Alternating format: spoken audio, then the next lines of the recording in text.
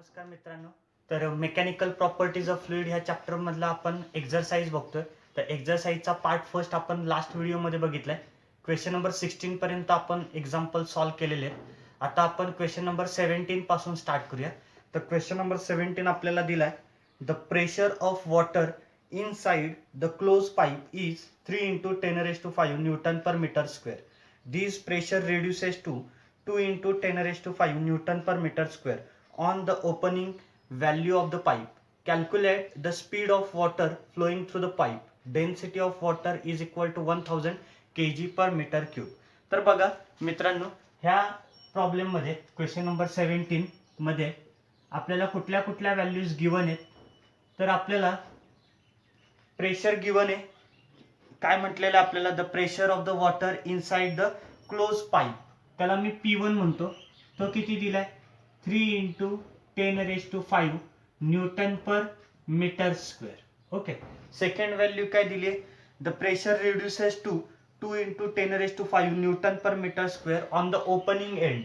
Opening एंडच्या तिथे reduce झालेला प्रेशर दिलाय, त्याला आपण P2 म्हणूया, 2 into 10⁵ newton per metre square. Okay. आणि आपल्याला डेन्सिटी दिली आहे वॉटरची. वॉटरची डेन्सिटी किती दिली आहे, तर वॉटरची डेन्सिटी आपल्याला दिली आहे 1000 kg per metre cube. Okay. आणि आपल्याला काय फाइंड आउट करायला सांगितलंय, calculate the speed of the water flowing through the pipe. म्हणजे आपल्याला स्पीड म्हणजे वेलोसिटी मेजर करायला सांगितलेली. ओके. तर ह्या प्रॉब्लेम मध्ये आपल्याला काय करावं लागणार आहे, आपल्याला घ्यावं लागणार आहे तो म्हणजे प्रेशर डिफरन्स. मग प्रेशर डिफरन्स काय येईल, P1 minus P2 is equal to, okay, is equal to काय येईल, 1/2 रो इंटू व्ही स्क्वेअर. हा एक फॉर्म्युला आहे प्रेशर डिफरन्सचा, जो आपण बर्नॉलीज इक्वेशन मध्ये बघितलेला आहे. तर त्याच्यावरून आपल्याला हा फॉर्म्युला मिळाला, P1 minus P2 is equal to 1/2 rho into V square. Okay. तर हे इक्वेशन ऑफ कंटिन्युटी मध्ये पण किंवा बर्नॉलीज प्रिन्सिपलचं जे फर्स्ट ऍप्लिकेशन बघितलं आपण, स्पीड ऑफ इफ्लक्स, त्याच्यावरून सुद्धा आपल्याला हे फाइंड आउट करता येतं. ओके. म्हणजेच हा जर 2 इकडे आला तर काय होईल, 2 into bracket P1 minus P2 is equal to rho into v square. Therefore v square is equal to काय, 2 into bracket P1 minus P2 divided by density of the water rho. Okay. मग आता आपण values put करूया, म्हणजे काय मिळेल, v square is equal to 2 into bracket काय, दोघांमधून 10⁵ common निघेल, इथे काय 3 minus 2 into 10⁵ divided by density किती दिली, 1000 म्हणजेच 10 क्यूब. ओके.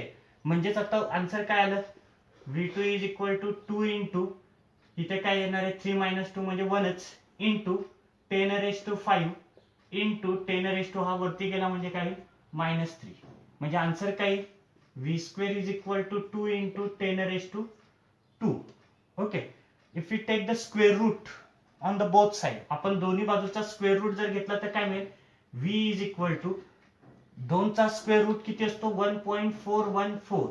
ओके. इंटू 10⁵2 चा स्क्वेअर रूट किती, 10⁵1 म्हणजे 10. मग 10 ने ह्याला मल्टिप्लाय केलं म्हणजे वेलोसिटी किती येईल, 14.14 metre per second. This is the speed of the fluid flowing through the pipe. म्हणजे ह्या 70 नंबर क्वेश्चनचं हे आन्सर झालं. तर हे तुम्ही नोट डाऊन करून घ्या.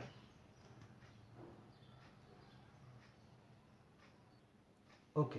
आता आपण 18 नंबरचा क्वेश्चन बघूया. Calculate the rise of water inside a clean glass capillary tube of radius 0.1 millimeter when immersed in a water of surface tension 7 into 10⁻²Newton per meter. The angle of contact between water and glass is 0. Density of water is equal to 1000 kg per meter cube.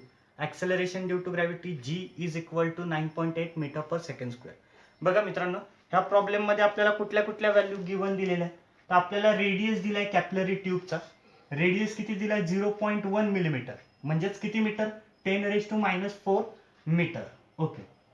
वॉटरचा surface tension पण दिला आपल्याला, किती दिलाय, 7 into 10⁻² newton per metre.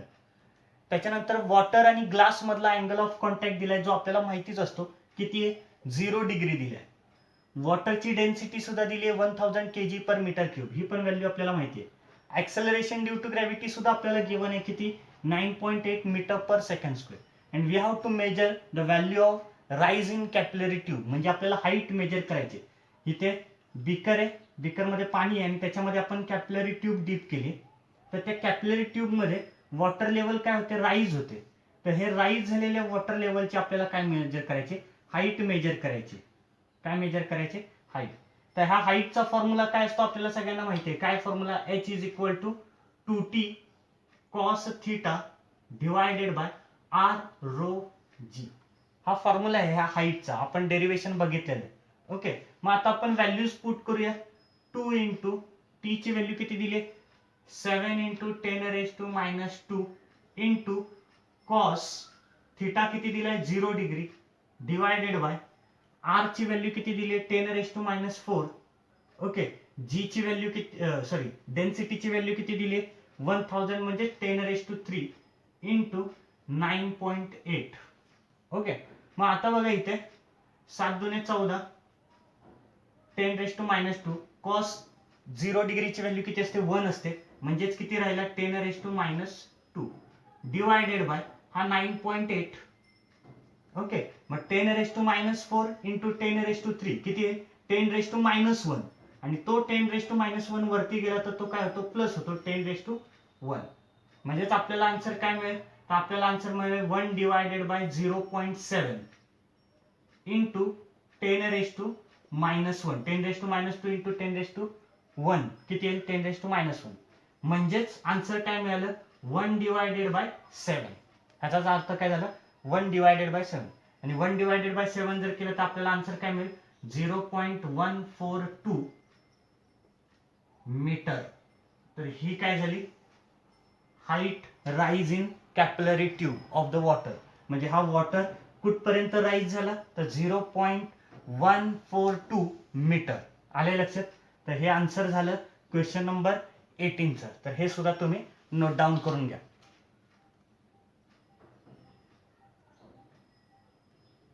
Okay, तर आता 19 नंबरचा question बघूया.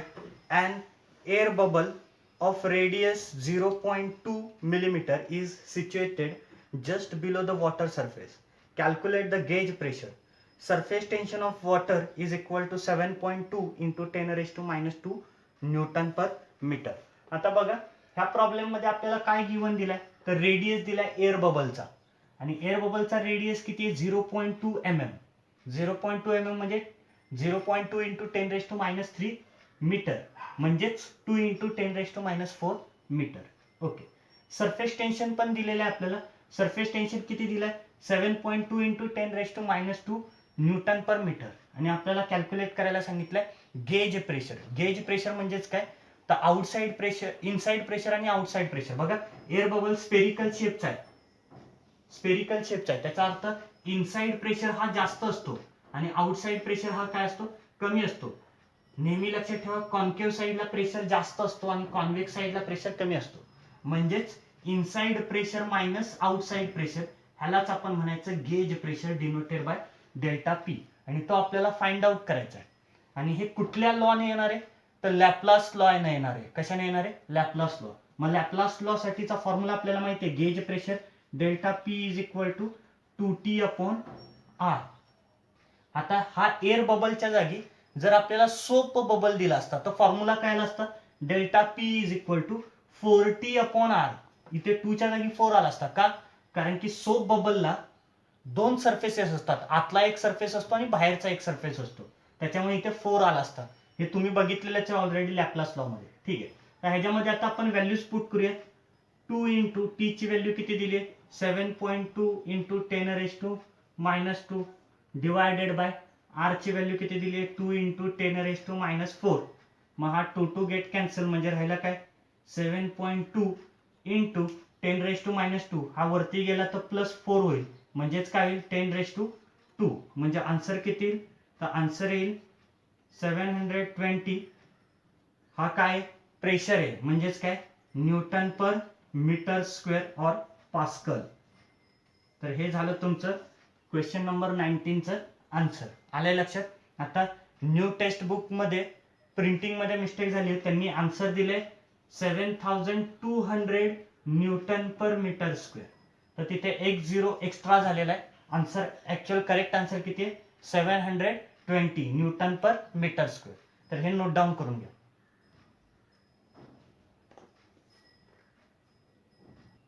Okay, 20 नंबरचा क्वेश्चन आपण बघूया. 27 droplets of water, each of radius 0.1 millimeter, closest to a single drop. Find the change in surface energy. Surface tension of water is 0.072 newton per metre. Okay, आता ह्या problem मध्ये आपल्याला काय दिले तर बघा, असे बारके बारके ड्रॉपलेट्स आहेत, वॉटर ड्रॉपलेट्स. असे किती वॉटर ड्रॉपलेट्स आहेत? तर असे 27 ड्रॉपलेट्स आहेत ज्यांचा रेडियस आहे स्मॉल आर. प्रत्येकाचा रेडियस सेम आहे. तो किती आहे? 0.1 मिलीमीटर, म्हणजेच 10⁻⁻⁴ मीटर. तर असे 27 वॉटर ड्रॉपलेट्स आहेत. ते एक मिसळले एकमेकांमध्ये आणि एक मोठा ड्रॉपलेट तयार झाला ज्याचा रेडियस आपण इमॅजिन करूया, कन्सिडर करूया कॅपिटल आर आहे. ओके, आणि ह्या 27 ड्रॉपलेटचं कन्व्हर्जन एका ड्रॉपलेट मध्ये होत असताना किती सरफेस एनर्जी मध्ये नक्की किती चेंज झाला, चेंज इन सरफेस एनर्जी, तो आपल्याला फाइंड आउट करायचा आहे. आणि हे वॉटर ड्रॉपलेट्स आहे, तर वॉटरचं सरफेस टेन्शन पण आपल्याला गिव्हन आहे 0.072 न्यूटन पर मीटर. ओके, मग आता मी पहिले ह्या 27 ड्रॉपलेटचा व्हॉल्यूम घेतो. काय लिहितो? व्हॉल्यूम ऑफ 27 ड्रॉप्स किंवा ड्रॉपलेट्स, तुम्ही काही म्हणा. मग काय येणार आहे? 27 गुणिले, कारण की सगळेच्या सगळे वॉटर ड्रॉपलेट्स हे स्पेरिकल शेपचे आहेत आणि प्रत्येकाचा रेडियस हा सेम आहे. किती? आर आहे. मग स्पियर जर असेल ज्याचा रेडियस आहे स्मॉल आर, मग त्याचा व्हॉल्यूम किती असेल? तर तो असेल 4/3 पाय आर क्यूब. लक्षात येत आहे? म्हणजे हा काय झाला? Volume of 27 drops. आता काय झालं? त्या 27 ड्रॉपचं कन्व्हर्जन एका ड्रॉप मध्ये झालं. मग एका ड्रॉप मध्ये झालं म्हणजे व्हॉल्यूम ऑफ सिंगल ड्रॉप. एका सिंगल ड्रॉपचा व्हॉल्यूम, मग तो किती असेल? तर हा पण स्पेरिकल शेपचाच आहे. मग स्पियरचा रेडियस जर कॅपिटल आर असेल तर त्याचा व्हॉल्यूम काय असेल? 4/3 पाय आर क्यूब. लक्षात येते? मग आता बघा, ह्या 27 स्पियरचा व्हॉल्यूम जर आपण ऍड केला तर येणारा व्हॉल्यूम हा ह्या सिंगल व्हॉल्यूमच्या ड्रॉपलेट एवढाच येणार आहे. म्हणजे सिंगल ड्रॉपलेटच्या व्हॉल्यूम एवढाच येणार आहे. म्हणजेच काय येणार आहे? तर ह्या दोघांची व्हॅल्यू काय असणार आहे? इक्वल असणार आहे. म्हणजेच आपल्याला काय मिळेल? तर आपल्याला असं लिहू शकतो आपण, volume of 27 droplets of water is equal to volume of single water droplet. Okay, 27 ड्रॉपलेटचा व्हॉल्यूम इज इक्वल टू काय असणार आहे? सिंगल, कारण की ह्या 27चाच मिळून हा सिंगल तयार झालेला आहे. आले लक्षात? मग इथे 4/3 कॅन्सल, पाय गेट कॅन्सल, म्हणजेच काय मिळालं? तर 27 R cube is equal to R cube. लक्षात आले? मग आता क्यूब रूट घेतला दोन्ही बाजूचा, तर 27 कुणाचा क्यूब रूट आहे? तर तो 3चा आहे. 3 into R is equal to capital R. आपण क्यूब रूट घेतला दोन्ही बाजूचा. आता स्मॉल आर ची व्हॅल्यू आपल्याला माहिती आहे किती? 10⁻⁻⁴. Therefore capital R is equal to काय झालं? 3 इंटू स्मॉल आर ची व्हॅल्यू किती आहे? 10⁻⁻⁴. हे झालं मीटर. हे झालं आपल्याला सिंगल ड्रॉपचा रेडियस मिळाला. मग आता आपल्याला काय करायचं आहे? चेंज इन सरफेस एनर्जी काढायची. तर आपल्याला माहिती आहे सरफेस एनर्जी आणि सरफेस टेन्शन ह्यांच्यामधलं रिलेशन काय? तर change in surface energy is equal to T into DA. DA म्हणजेच काय? तर increase in surface area. DA म्हणजे कोण असतो? Increase in surface area. म्हणजेच फॉर्म्युला काय? तर टी इंटू डीए ची व्हॅल्यू काय असेल? तर सुरुवातीला किती सरफेस होता? तर 27 इंटू, बघा लक्षात घ्या नीट, ह्या 27 ड्रॉपलेट जे होते त्यांचा सरफेस एरिया. मग प्रत्येक ड्रॉपलेट काय होता? स्पेरिकल शेपचा होता, म्हणजे त्यांचा सरफेस एरिया काही 4 पाय आर स्क्वेअर. लक्षात येते? पण हे किती होते? हे होते 27 होते, म्हणून 27 into 4 pi R square minus finally किती सरफेस एरिया झाला? तर तो झाला 4 पाय कॅपिटल आर स्क्वेअर. लक्षात आलं? मग आता ह्याच्यामध्ये आपण व्हॅल्यूज पुट करूया. म्हणजे delta S is equal to काही सरफेस टेन्शनची व्हॅल्यू आपल्याला दिली आहे 0.072 इंटू ब्रॅकेटमध्ये इथे ह्या दोघांमधून कोण कॉमन निघेल, तर ह्या दोघांमधून 4 पाय कॉमन निघेल, म्हणून आपण 4 पाय बाजूला घेतला, 4 पाय. ओके, ब्रॅकेटमध्ये काय राहील 27 आर स्क्वेअर मायनस इथे काय राहील आर स्क्वेअर. लक्षात आलं? ओके, मग परत एकदा व्हॅल्यूज पुट करूया. काय होईल 0.072 इंटू हा 4 इंटू पायची व्हॅल्यू घेतली 1.42 3.142 इंटू आता इथे 27 आहे पण स्मॉल आर ची व्हॅल्यू किती आहे 10⁻⁻⁴. लक्षात येत आहे? म्हणजेच काय 27 इंटू 10⁻⁴ चा स्क्वेअर आहे, म्हणजेच काय 10⁻⁻⁸. लक्षात आले? मायनस कॅपिटल आर ची व्हॅल्यू किती आहे 3 इंटू 10⁻⁻⁴. 3 चा स्क्वेअर किती 9. ओके, आणि 10⁻⁴ चा स्क्वेअर किती 10⁻⁻⁸. ओके, तर आता हे सॉल्व्ह केल्यानंतर आपल्या लक्षात येईल की व्हॅल्यूज काय येतात, तर ह्याचं कॅल्क्युलेशन केल्यानंतर आपल्याला व्हॅल्यू मिळेल 0.9049 0.9049 इंटू ह्या दोघांचं आपण दोघांमधून 10⁻⁸ कॉमन घेतला तर 27 वजा 9 म्हणजेच काही 18. ओके, आता हे फायनली सॉल्व्ह केल्यानंतर आपल्याला आन्सर काय मिळेल, मी आन्सर इथे लिहितो जागा पुरली नाही. तर delta S is equal to आपल्याला फायनली आन्सर मिळेल 1.629 इंटू 10⁻⁻⁷ जूल. तर ही व्हॅल्यू झाली चेंज इन सरफेस एनर्जीची. कुणाची व्हॅल्यू झाली चेंज इन सरफेस एनर्जी. तर आता इथे सुद्धा ह्या प्रॉब्लेम मध्ये सुद्धा करेक्शन आहे. तुम्हाला जे टेक्स्टबुक मध्ये आन्सर दिलंय ते टेक्स्टबुक मध्ये आन्सर किती दिले तर 1.628 इंटू 10⁻⁻³ दिलाय. ओके, ह्या डिजिट मध्ये फरक आला तरी चालू शकतो, पण इथे 10 ची पॉवर आहे -7 आणि इथे 10 ची पॉवर आहे -3. तर हे टेक्स्टबुक मधलं आन्सर चुकीचं आहे. तर तुमचं 21 नंबरचा क्वेश्चन बघूया. A drop of mercury of radius 0.2 centimeter is broken into 8 droplets of same size. Find the work done if the surface tension of mercury is 435.5 dyne per centimeter.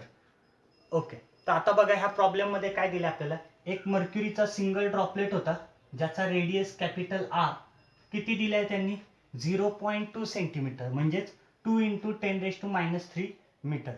आणि ह्याचं काय झालं, हा खाली पटला आपटला कशावर तरी, सपोज आपण ग्लास सरफेस म्हणूया, आणि त्याचे काय झाले 1 2 3 4 5 6 7 8 असे 8 ड्रॉपलेट्स तयार झाले. आणि प्रत्येक ड्रॉपलेटचा साईज हा सेम आहे, म्हणजे प्रत्येक ड्रॉपलेटचा रेडियस हा सेम आहे, त्याला आपण स्मॉल आर म्हणूया. ओके, मग किती ड्रॉपलेट्स तयार झालेत 8, म्हणून small n is equal to 8. आणि ह्याचा सरफेस टेन्शन आपल्याला दिलाय, किती दिलाय 435.5 डाईन पर सेंटीमीटर.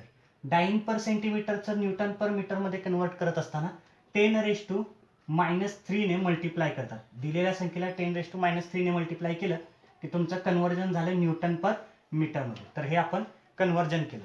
आता आपल्याला फाइंड आउट करायचं वर्क डन. मग वर्क डनचा फॉर्म्युला आपल्याला माहिती आहे, work done is equal to P into DA. Okay, surface energy आणि सरफेस टेन्शन मधलं रिलेशन. मग हा DA म्हणजेच काय, इन्क्रीज इन सरफेस एरिया. काय असतो हा, इन्क्रीज इन सरफेस एरिया. मग इन्क्रीज इन सरफेस एरियाचा फॉर्म्युला काय P इंटू, मग आता सुरुवातीला किती ड्रॉपलेट्स फायनली किती ड्रॉपलेट्स तयार झाले तर n नंबर ऑफ ड्रॉपलेट्स तयार झाले. आणि प्रत्येकाचा साईज सेम आहे पण प्रत्येक जण स्पिअरच आहे. मग स्पिअरचा सरफेस एरिया काय असतो 4πr². लक्षात आले?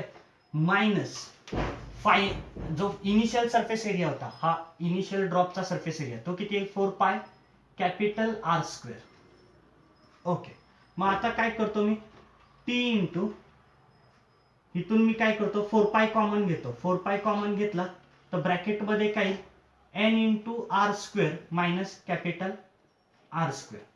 मग आता प्रत्येकाच्या व्हॅल्यूज पुट करतो.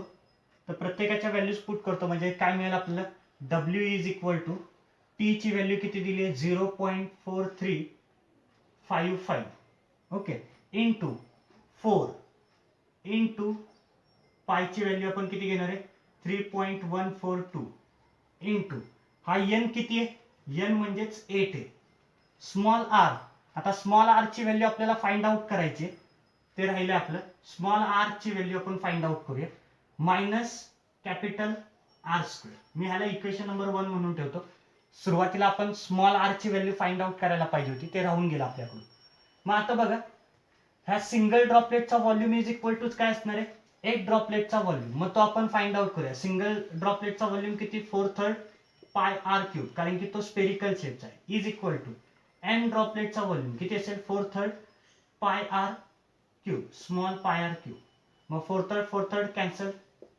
पाय पाय गेट कॅन्सल म्हणजे इथे काय मिळेल R cube is equal to 8 N ची व्हॅल्यू किती 8 इंटू स्मॉल आर क्यूब म्हणजे स्क्वेअर रूट जर घेतला तर काय मिळेल R is equal to 2 R मग ह्या कॅपिटल आर ची व्हॅल्यू माहिती आहे किती आहे 2 इंटू 10⁻³ म्हणजेच स्मॉल आर ची व्हॅल्यू काही कॅपिटल आर डिवायडेड बाय 2 मग 2 इंटू 10⁻³ डिवायडेड बाय 2 आन्सर किती 10⁻³ मीटर तर ही झाली स्मॉल आर ची व्हॅल्यू ती व्हॅल्यू आपण इक्वेशन नंबर 1 मध्ये पुट करूया ओके इक्वेशन नंबर 1 मध्ये पुट केल्यानंतर आपल्याला काय मिळेल तर हे मी पुसतो व्हॅल्यू पुट केली W is equal to 0.4355 into 4 into 3.142 into bracket 8 into R square small R ची व्हॅल्यू किती 10⁻³ 10⁻³ चा square 10⁻6 minus R cube capital R ची व्हॅल्यू किती 2 इंटू 10⁻³ 2 चा स्क्वेअर 4 आणि 10⁻³ चा स्क्वेअर 10⁻6 आणि हे जर आपण सॉल्व केलं तर आपल्याला वर्क डनची व्हॅल्यू किती मिळेल तर वर्क डनची व्हॅल्यू मिळेल 2.18 इंटू 10⁻5 जूल तर हे आपल्याला फायनली आन्सर मिळेल तुम्ही हे कॅल्क्युलेट करून पहा तुम्हाला आन्सर काय मिळेल 2.18 इंटू 10⁻5 जूल तर हे झालं 21 चा आन्सर तर हे नोट डाऊन करून घ्या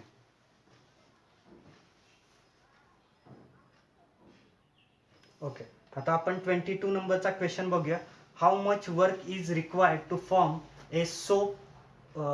ए bubble of 2 centimetre radius 2 centimetre radius from the soap solution having the surface tension 0.07 newton per metre okay तर आता बघा ह्या प्रॉब्लेम मध्ये आपल्याला काय दिलंय तर आपल्याला एक सोप बबल फॉर्म करायचा आहे फॉर्म केलेला आहे ज्याचा रेडियस आहे 2 सेंटीमीटर म्हणजे 2 इंटू 10⁻² मीटर आणि त्या सोप सोल्युशनचा सरफेस टेन्शन दिलाय 0.07 न्यूटन पर मीटर तर तो तयार करत असताना लागणारा वर्क डन आपल्याला फाइंड आउट करायचा तर आता इथे फक्त वर्क डनचा फॉर्म्युला तर आपल्याला सगळ्यांना माहिती आहे काय work done is equal to T into dA म्हणजे increase in area okay increase in surface area पण आपल्याला माहिती आहे सोप सोल्युशन असेल सोप बबल असेल तर सोप सोल्युशन आणि सोप सरफेसला किती सरफेसेस असतात 2 सरफेसेस असतात म्हणजेच इन्क्रीज इन एरिया किती होईल तर तो होईल 2 टाइम्स किती होईल 2 टाइम्स मग आता फक्त ह्याच्यामध्ये आपण व्हॅल्यूज पुट करूया काय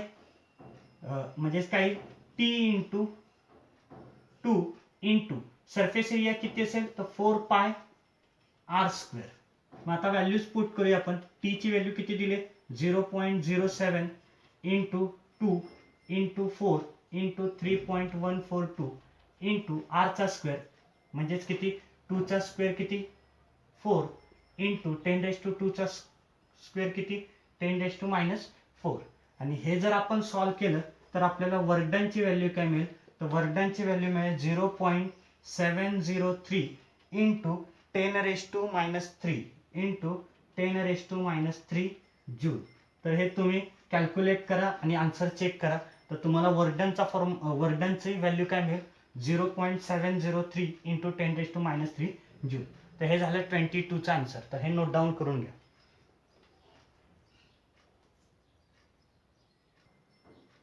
आता 23 नंबरचा आपण क्वेश्चन बघूया a rectangular wire frame of size 2 centimetre into 2 centimetre is deep in a soap solution and taken out. A soap film is formed.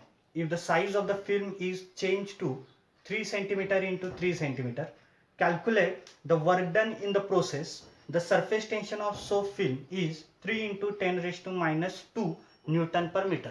बघा आता ह्या प्रॉब्लेम मध्ये आपल्याला इनिशियल सरफेस एरिया दिले असं आपण म्हणूया. किती दिलाय? 2 सेंटीमीटर इंटू 2 सेंटीमीटर म्हणजेच 4 सेंटीमीटर स्क्वेअर हा सरफेस एरिया दिलाय. सेंटीमीटर स्क्वेअरचं मीटर स्क्वेअर मध्ये कन्वर्जन केलं. 4 into 10 raise to minus 4 metre square. आणि नंतरचा सरफेस एरिया दिलाय तो किती दिलाय? 3 सेंटीमीटर इंटू 3 सेंटीमीटर म्हणजेच 9 सेंटीमीटर स्क्वेअर म्हणजेच किती? 9 into 10 raise to minus 4 metre square. आणि सोप सोल्युशनचा सरफेस टेन्शन सुद्धा दिलाय 3 into 10 raise to minus 2 newton per metre.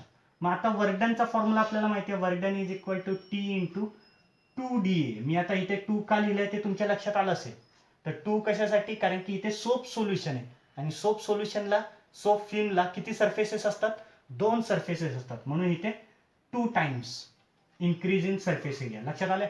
Okay. तर आता हा DA पहिला कॅल्क्युलेट करूया. DA म्हणजेच काय असतो? पाहिजे तर आपण डायरेक्ट लिहिलं तरी चालू शकतं. म्हणजेच work done is equal to काय? टी इंटू ब्रॅकेट किंवा मी हा 2 बाहेर घेतो म्हणजे असं लिहितो 2T into bracket final surface area minus initial surface area म्हणजे A2 मायनस A1. ओके. मग आता A2 मायनस A1 करूया आपण. म्हणजेच इथे लिहितो मी work done is equal to 2T into bracket final surface area किती होता? 9 मायनस इनिशियल किती होता? 4. दोघांमधून कॉमन कोण निघाला? 10 रेज टू मायनस 4. मग आता व्हॅल्यूज पुट करूया. Therefore W is equal to 2 into surface tension किती आहे? 3 into 10 raise to minus 2. 9 minus 4 म्हणजेच किती झाला? 5 into 10 raise to minus 4. Okay. म्हणजेच आन्सर किती? तर आन्सर बघा 6 म्हणजे 30 into 10 raise to minus 2 minus 4 म्हणजे मायनस 6. ओके. तर आपल्याला टेक्स्टबुक मध्ये आन्सर दिलाय W is equal to 3 into 10 raise to minus 5 joule. तर हे तुमचं काय झालं?